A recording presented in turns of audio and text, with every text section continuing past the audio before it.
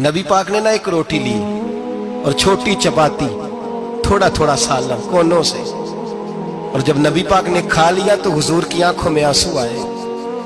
हजरत अमर कहने लगे हुजूर रोए क्यों?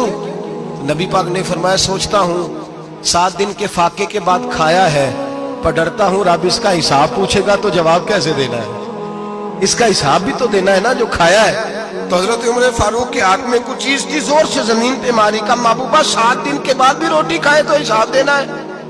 नबी पाक फरमाने लगे उमर वो मालिक है ना, तो जब देता है तो हिसाब नहीं ले सकता, हिसाब तो देना है, हिसाब तो देना है, तैयारी रखो।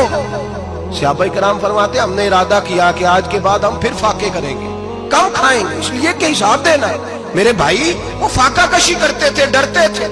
यहाँ तो लोग खा के बीमार है, खाते जा रहे हैं, सोते जा रहे हैं, खाते जा रहे हैं, सोते जा रहे हैं। ये भी वक्त आएगा रमजान शरीफ का, सवेरे दर्स पे आओ कहते नींद बड़ी आती है, सवेरे 2 सिपारे पढ़ के सोया करो कहते साहब नींद बड़ी आती है। फजर के बाद जो तो वक्त होता है अल्लाह अल्लाह करने का, शहरी का, खाते जा रहे हैं, सोते। लोग जमात से नमाज नहीं पढ़ते सो जाते, जमात का सवाब छोड़ के सो जाएंगे। भाई रमजान मुबारक में फाका कशी की ट्रेनिंग होती है, फाका कशी की तरबियत ले रमजान में, रोके अपने आप को, तरबियत होगी।